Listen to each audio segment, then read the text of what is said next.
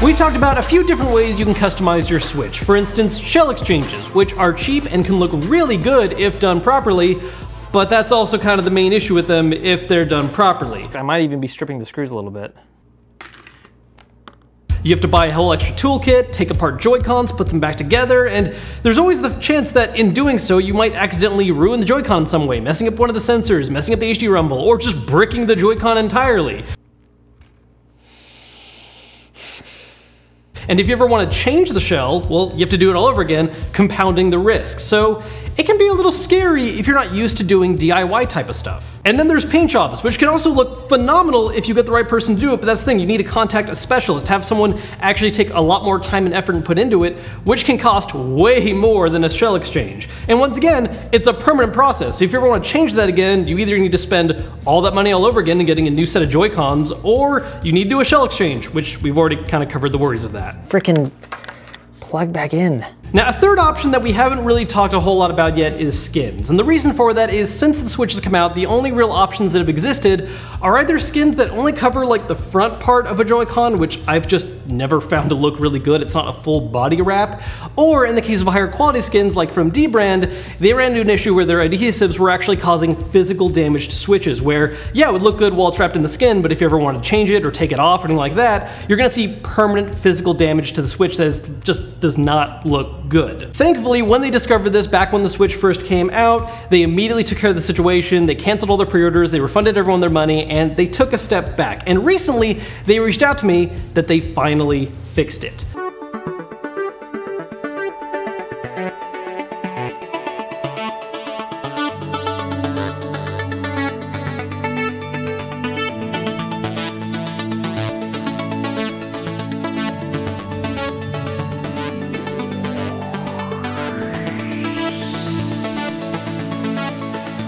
Over the last year, they've been working alongside with 3M to devise new adhesives to use for their wraps that are not going to cause any damage to their Switches, which they now guarantee. And to actually kind of show you guys, they sent me a bunch of ones to showcase which look really cool. So let's take a look at these guys. Now, before we break down into all these different colors that we have everywhere all over this table, let's just talk about what the different skin options are. So first off, there are two different skins you can grab for the dock of your system. There's a faceplate one, which just changes this front faceplate and leaves gaps for the Switch logo and the word Switch. And then there's an accent skin you can get, which is going to cover those up as well and do the sides of your dock.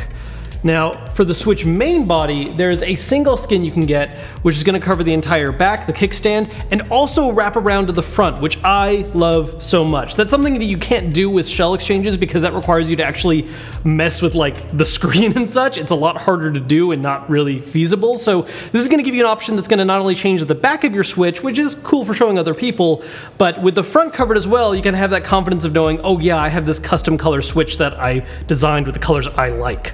And then, of course, there are the Joy-Cons themselves. Now, kind of like with a shell replacement, this is doing not only the front, but also the back. There is a gap right here because it would be too difficult to make, no bubbles or cause problems with all these tiny areas here. But it covers all the important bits of the Joy-Con, giving you that awesome different visual color that you want, aside from the standards that Nintendo offers. And that's one of the really cool things, too, is that if you already own a set of, like, gray Joy-Cons, and you decide you really want something in red, but you don't want to throw down a bunch of money for just brand new Mario color Joy-Cons, you can get a skin for just $5 in each one, and it looks great.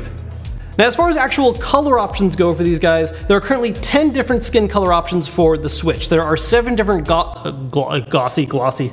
There are 7 glossy colors like the red we have right here. They also do it in blue, yellow, green, orange, purple, and pink.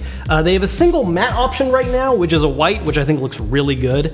And then they have 2 different kind of special options, which are both in black, which are a camo and a carbon fiber. Now, what are cool about these guys is that they're not only just kind of a pattern design, but they actually have a different texture to them as well compared to all the solid color ones. The camo has a little bit of a roughness to it, which I kind of like, and the carbon fiber is really smooth. Now, of course, an important part about picking colors for your Switch is not just what your favorite colors are, but something a lot of people have been doing is thematic choices, which these open up a lot more options than you normally have. I mean, there's some easy ones you can do, like double red for Mario, double yellow for Pikachu, double green for Link, or you can mix and match some colors for slightly different ideas, like doing a red and white for a more general Pokemon aesthetic, or green and white for Yoshi. Now, of course, we can't have all 10 of these guys laying out and not have me actually talk about which ones are my favorite. So to start with, the number one for me is the matte white, which actually surprises myself a little bit too. I'm not normally a huge fan of just straight white for systems, but I really like the way this one looks, especially the fact that there is no official version of this just yet. I mean, we did a shell exchange for one, but that took a lot of work. This is a much more straightforward way, which still looks really great, and it's something that you can't get through Nintendo. They've been focusing on colorful options, and the only kind of grayscale one right now is plain gray, and I think the white just looks a lot better.